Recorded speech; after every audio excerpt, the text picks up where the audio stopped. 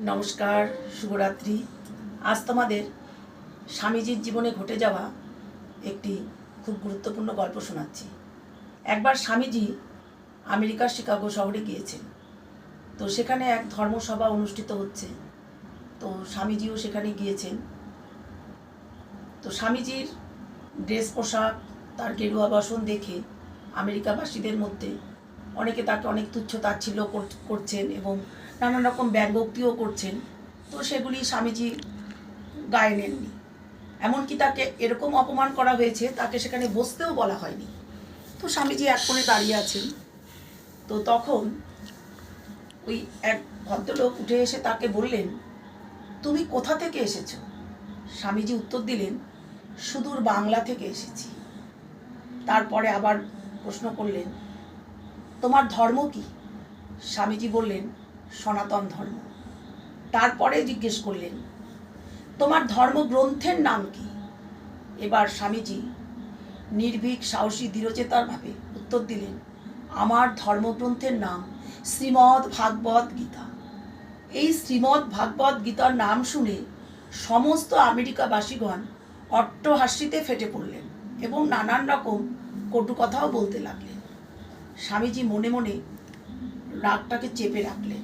তিনি মনে মনে ভাবলেন, এরা না জানে সাধুসঙ্গ করতে, না জানে গীতার ব্যাখ্যা করতে, না জানে গীতা পঠন এবং শ্রবণ করতে, অথচ গীতার কথা শুনে গীতাকে এভাবে তুচ্ছ তাচ্ছিল্য করছেন। তিনি কোনো রকমে নিজের রাগটাকে সামাল দিয়ে গেলেন। তারপরে সেই ভদ্রলোক স্বামীজিকে বললেন, দেখো তো, এখানে টেবিলের উপরে অনেক রকম ধর্মগ্রন্থ রয়েছে। তোমার শ্রীমদ্ ভাগবত গীতা এখানে কোথাও আছে নাকি? দেখো তো খুঁজে। তো স্বামীজি তখন ভালোভাবে খুঁজে দেখলেন, সেখানে কোরআন, ত্রিপিটক, বাইবেল এবং আরও অনেক ধর্মগ্রন্থ সেখানে রয়েছে। কিন্তু শ্রীমদ্ গীতা, ভাগবত গীতাকে কোথাও খুঁজে পেলেন না। তারপরে দেখলেন সব ধর্মগ্রন্থের নিচে গীতাকে রাখা হয়েছে। তখন আবার সেই ভদ্রলোকটি প্রশ্ন করলেন, কি হে, পেয়েছো তোমার শ্রীমদ্ ভাগবত গীতাকে? তখন স্বামীজি মৃদু হেসে উত্তর দিলেন যে আপনারা এখানেও আমাকে জিতিয়ে দিলেন। তখন সে ক্রুদ্ধভাবে বললেন, কিভাবে? তখন বললেন যে আপনারা ঠিকভাবেই সাজিয়েছেন। যে সমস্ত জগতের ভার বহন করতে পারে সেই হচ্ছে শ্রীমদ্ ভাগবত গীতা।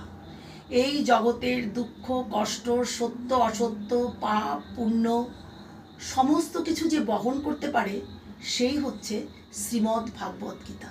দেখুন না, আপনারা শ্রীমদ্ ভাগবত গীতার উপরে আপনাদের এত মোটা মোটা বইগুলিকে সাজিয়ে রেখেছেন। আজকে গীতা এই বইগুলির ভার বহন করেছে বলেই কোনো বই টলেও যায়নি, পড়েও যায়নি। তাই বুঝতে পেরেছেন গীতার গুরুত্ব কতখানি। তো এই কথা শুনে সেই ভদ্রলোক লজ্জিত হয়ে স্বামীজির কাছে হাত জোড় করে ক্ষমা চাইলেন।